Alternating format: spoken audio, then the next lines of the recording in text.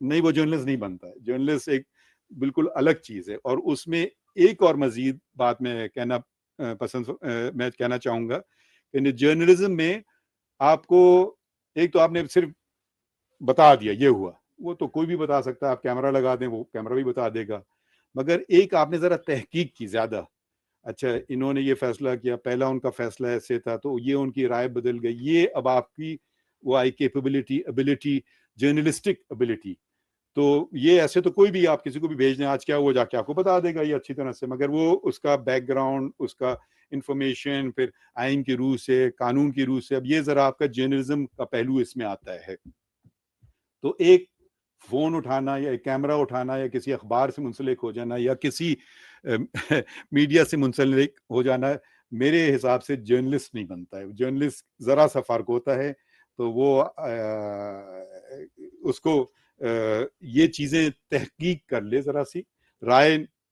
میرے حساب سے کم دے, مگر رائے دے تو میرے بتائے یہ میری رائے ہے. اچھا, ہم نے جو میں نے بات کی سچائی کی آئین میں آپ لکھیں گے انڈیپینڈنس آف دا جوڈیشری, ٹھیک ہے, ٹروتھ وہاں بھی نہیں ہے, فریڈم آف پریس میں بھی نہیں ہے, مگر امپلائڈ دونوں جگہ ہے کہ ہم بھی سچائی کی طرف جا رہے ہیں کہ بھئی کیا ہوا, یہ دونوں کا جھگڑا ہوا, کون قصوروار تھا, کس نے کیا, اس نے اس کو مارا یا نہیں مارا یا جھوٹا مقدمہ ہے. تو ہمیں سچ کی تلاش ہے. سول مقدمے میں دو کا جھگڑا ہو گیا زمین کے متعلق, یہ اس نے کہا یہ اس نے کہا, ہمیں سچ کی تلاش ہے کہ نہیں یہ واقعی اس کی زمین ہے. تو آپ بھی ایک تو آپ چیز بیان کر سکتے ہیں, آپ کہیں یہ اس نے کہہ دیا میں نے کہہ دیا, یہ اس کا بیان ہے ختم. پھر آپ کہیں اس کا بیان غلط ہے اگر برعکس ہے سچ کے, تو یہ بھی آپ کا ایک فرض میں شامل ہے, کیونکہ آپ نے کہا میں کیا کروں, یہ اس کا بیان ہے, میں نے تو بیان کر دیا. تو لوگ آ کے کوئی بھی بیان کر سکتے ہیں, پھر آپ کو تھوڑا سا ویریفیکیشن پروسیس میں بھی گزرنا ہوتا ہے. تو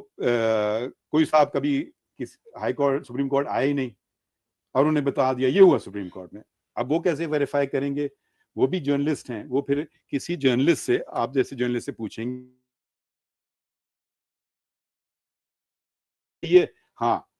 اور اگر اس سے بہتر جرنلسٹ ہو وہ 2 سورسز سے کرے گا کہ اور کون تھا وہ جو فلاں تھا, پھر اس سے وہ ویریفائی کرے گا, پھر وہ جرنلسٹ کے طور پہ بیان کر سکتا ہے. نہیں تو وہ اپنی رائے دے رہا ہے, ہو سکتا ہے ایک شخص نے بیان کر دی جو ادھر کورٹ میں تھا ہی نہیں, تو وہ کم از کم چشمدید گواہ تو نہیں بنا, وہ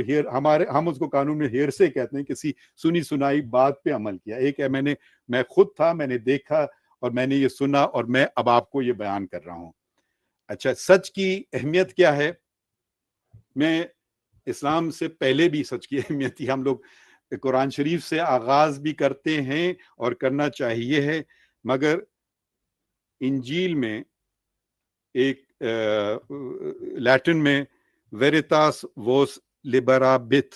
یعنی کہ the truth will set you free,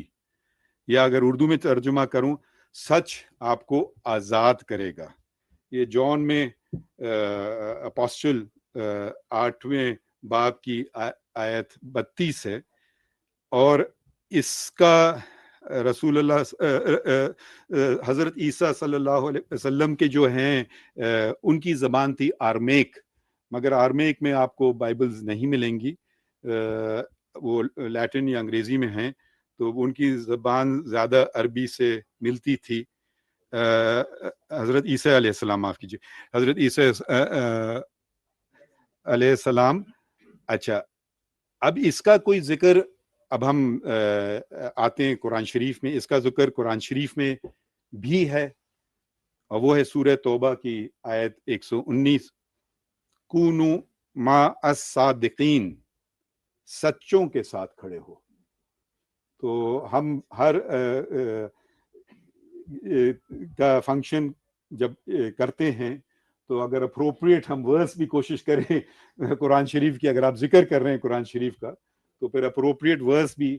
اور اگر آپ نے جیسے قرآن شریف کی آیت کے بعد نعت پڑھی, تو اگر ہم رسول اللہ صلی اللہ علیہ وسلم کی کوئی زندگی سے کوئی بات لے کے چلیں جو اس موقع پہ مناسب ہے,